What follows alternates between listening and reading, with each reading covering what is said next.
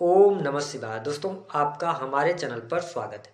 आज के इस कार्यक्रम में हम आपको जानकारी देने वाले हैं ग्रहों के सेनापति मंगल ग्रह 16 जनवरी 2026 को अपना राशि परिवर्तन करने जा रहे हैं। तो मंगल के राशि परिवर्तन का प्रभाव मिथुन लग्न या मिथुन राशि वालों पर किस प्रकार से पड़ने वाला है, मंगल ग्रह आने वाले 45 दिनों तक आपके जीवन को किस प्रकार से प्रभावित करेंगे, कौन सी महत्वपूर्ण घटनाएं घटित होने वाली हैं, विस्तार से इस वीडियो में हम चर्चा करेंगे। तो आइए सबसे पहले ये जानते हैं कि मंगल ग्रह का गोचर कब से लेकर कब तक के लिए हो रहा है और किस राशि में हो रहा है। तो मिथुन राशि वालों, मंगल ग्रह 16 जनवरी 2026 को अपने मित्र की राशि धनु राशि से निकलकर अपनी उच्चस्थ राशि मकर राशि में प्रवेश करेंगे और यहां पर आगामी 23 फरवरी 2026 तक गोचर करने वाले हैं। हालांकि मंगल ग्रह जैसे ही मकर राशि में प्रवेश करेंगे तो यहां पर अन्य ग्रहों की युति होगी, यानी कि सूर्य बुध शुक्र के साथ भी ये युति कुछ समय के लिए करने वाले हैं। अगर देखा जाए तो हमारे ज्योतिष शास्त्र में मंगल को बहुत ही मंगलकारी ग्रह के रूप में देखा जाता है। मंगल को ऊर्जा, शक्ति, साहस, पराक्रम, छोटे भाई बहन, जमीन जायदाद, वाद विवाद, लड़ाई झगड़े, ठीक इसके साथ साथ सेना, police, army, electronic gadgets, engineering का फील्ड और भूकंप, चोट, आगजनी, चोट चपेट दुर्घटनाएं, शरीर में पाए जाने वाला ब्लड, इन सभी चीजों का इनको कारकत्व प्राप्त है। ऐसे में मिथुन राशि वालों, यदि हम मंगल ग्रह की बात करते हैं तो मंगल आपके छठे भाव और 11वें भाव के स्वामी होकर आपकी राशि से अष्टम भाव में गोचर करेंगे। देखिए, शास्त्र मत अनुसार यदि देखा जाए तो मंगल का गोचर अष्टम भाव से बहुत अच्छा नहीं माना जाता है, बहुत शुभ नहीं माना जाता है। लेकिन मंगल उच्चस्थ अवस्था से गोचर कर रहे हैं और देवगुरु बृहस्पति आपके प्रथम भाव से गोचर कर रहे हैं, इसलिए इस गोचर अवधि के दौरान भी कुछ शानदार परिणाम आपको अवश्य देखने को मिलेंगे। अगर हम स्वास्थ्य के दृष्टिकोण से बात करें तो यह समय स्वास्थ्य के दृष्टिकोण से बहुत अच्छा नहीं रहने वाला है, क्योंकि मंगल जब अष्टम भाव से गोचर करेंगे तो ये कहीं ना कहीं से आपको बुखार की समस्या, बाल झड़ने की समस्या, सिर दर्द, तनाव, इन सभी चीजों से सामना आपका होता हुआ नजर आएगा। क्योंकि कुछ समय बाद अगर देखा जाए तो फरवरी के महीने में ग्रहण भी लगेगा, सूर्य राहु एक साथ होंगे। तो ऐसी स्थिति में इस समय अवधि के दौरान अपनी सेहत का आप ध्यान बनाए रखिएगा। कोई बहुत बड़ी मुश्किल आएगी, कोई बहुत बड़ी चुनौती आ जाएगी स्वास्थ्य को लेकर, ऐसी स्थिति नहीं बनेगी। हाँ, चोट चपेट दुर्घटना से बचना होगा, क्योंकि अगर आपकी दशाएं खराब चल रही होंगी तो फिर आपके लिए प्रॉब्लमेटिक ये समय हो सकता है। ओवरऑल सामान्य तौर पर ठीक ठाक स्थितियां स्वास्थ्य के दृष्टिकोण से रहेंगी।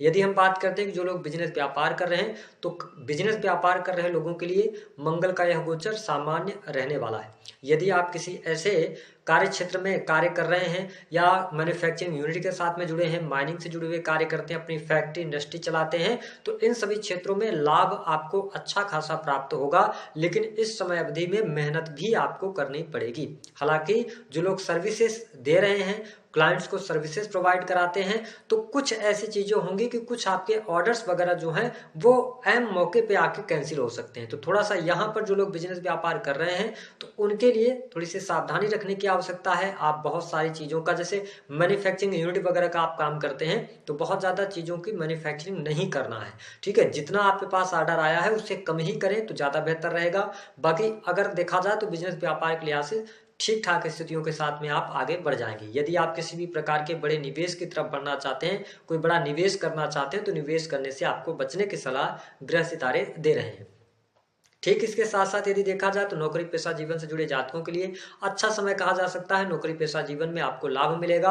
अगर आप सरकारी क्षेत्र में कार्यरत हैं तो सरकारी क्षेत्र में प्रमोशन वगैरह की चाहत रखते हैं तो अभी इस समय अवधि के दौरान आपको थोड़ा सा ध्यान यहाँ पर बनाए रखना पड़ेगा, पेशेंस रखना पड़ेगा, धैर्य के साथ में आगे बढ़ना पड़ेगा, क्योंकि इस समय अवधि के दौरान बहुत अच्छे लाभ की उम्मीद आप नहीं कर सकते। अगर आप सरकारी क्षेत्र में कार्यरत हैं तो जिस गति से अभी तक आपका जीवन चल रहा था उसी गति से चलेगा। लेकिन प्राइवेट सेक्टर के अंदर जो लोग वर्क कर रहे हैं, नौकरी पेशा जीवन से जुड़े हैं, तो कुछ नए अवसर इस समय अवधि के दौरान आपको प्राप्त हो सकते हैं। नई नौकरी की तरफ आप अग्रसर हो सकते हैं। नौकरी में बदलाव या स्थान परिवर्तन का भी योग इस समय अवधि के दौरान दिखाई दे रहा है। तो अगर हम देखें तो प्राइवेट सेक्टर और गवर्नमेंट सेक्टर में से गवर्नमेंट सेक्टर स्थिर बना रहेगा, लेकिन प्राइवेट सेक्टर में बदलाव, चेंजेस यहाँ पर दिखाई देते हुए नजर आ रहे हैं। और मिथुन लग्न या मिथुन राशि के आप हैं, अगर आपके सामने कोई बदलाव के लिए अपॉर्चुनिटी आती है, कोई अवसर आता है, तो यदि आप सोच समझकर बदलाव करेंगे तो वो बदलाव आगे चल के आपके लिए सकारात्मकता ही देने वाले होंगे। संतान की स्थिति इस गोचर अवधि के दौरान अच्छी रहने वाली है। वही जो लोग प्रेम संबंधों में हैं तो प्रेम संबंध के मामलों के लिहाज से भी समय अच्छा कहा जा सकता है। ठीक इसके साथ साथ मंगल जब चौथी दृष्टि से आपके लाभ भाव को देखेंगे, जहां पर मेष राशि आती है, तो निश्चित तौर पर आर्थिक स्थिति के लिए यह गोचर ठीक ठाक स्थितियों के साथ में आगे बढ़ेगा। यदि आपका रुका हुआ फंसा हुआ पैसा है तो वह पैसा आपको मिल जाएगा। कुछ लोगों के जीवन में आकस्मिक धन लाभ के भी योग यहाँ पर दिखाई दे रहे हैं।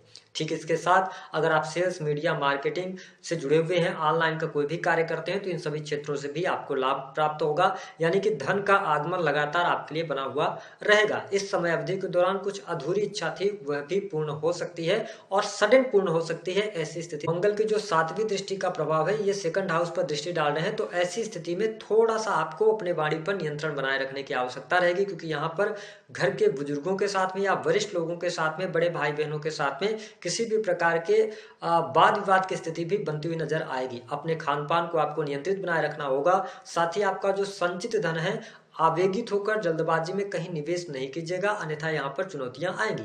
ऐसे लोग जो कि पब्लिक सेक्टर से जुड़े हुए हैं या किसी पार्टी के प्रवक्ता वगैरह हैं, तो इस गोचर अवधि के दौरान अपने वाणी को संयमित करके इस्तेमाल कीजिएगा, अन्यथा वाणी की वजह से आप फंस सकते हैं। मंगल की ये जो 8वीं दृष्टि रहने वाली है, यह केतु पर रहेगी, 3rd हाउस के अंदर रहेगी, तो इस समय अवधि के दौरान थोड़ा सा आपको कंधों में तकलीफ है ना, या आलस्य, ऐसी चीजों से भी आपका सामना होगा। लेकिन ठीक इसके साथ साथ जो लोग सेल्स के अंदर है, मार्केटिंग के अंदर है, मीडिया के अंदर है, उनको सफलता प्राप्ति के लिए ज्यादा मेहनत, कड़ी मेहनत करने की आवश्यकता रहेगी। धर्म कर्म अध्यात्म के प्रति रुचि रहने वाली है। जो स्टूडेंट हैं, विद्यार्थी हैं, पढ़ाई लिखाई कर रहे हैं, उनके लिए यह गोचर अच्छा रहने वाला है।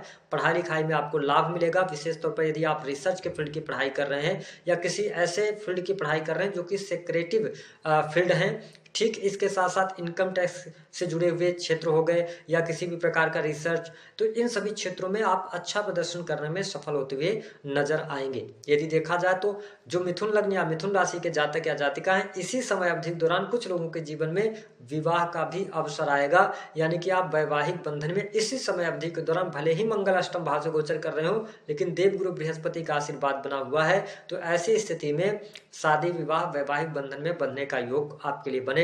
अगर आप अविवाहित हैं तो शादी विवाह से संबंधित बात बन सकती है। वही अगर हम मैरिटल लाइफ की बात करते हैं तो मैरिटल लाइफ ओवरऑल स्थितियों के साथ में आपकी अच्छी रहने वाली है, लेकिन इस समय अवधि के दौरान आपके जो पार्टनर होंगे उनकी वाणी थोड़ी सी कर्कश हो सकती है, प्रभावी हो सकती है, ऊंचा बोल सकती है, जिसकी वजह से थोड़ी सी चीजें आपके लिए नेगेटिव जा सकती हैं, जो आपको हर्ट कर सकती है उनकी वाणी।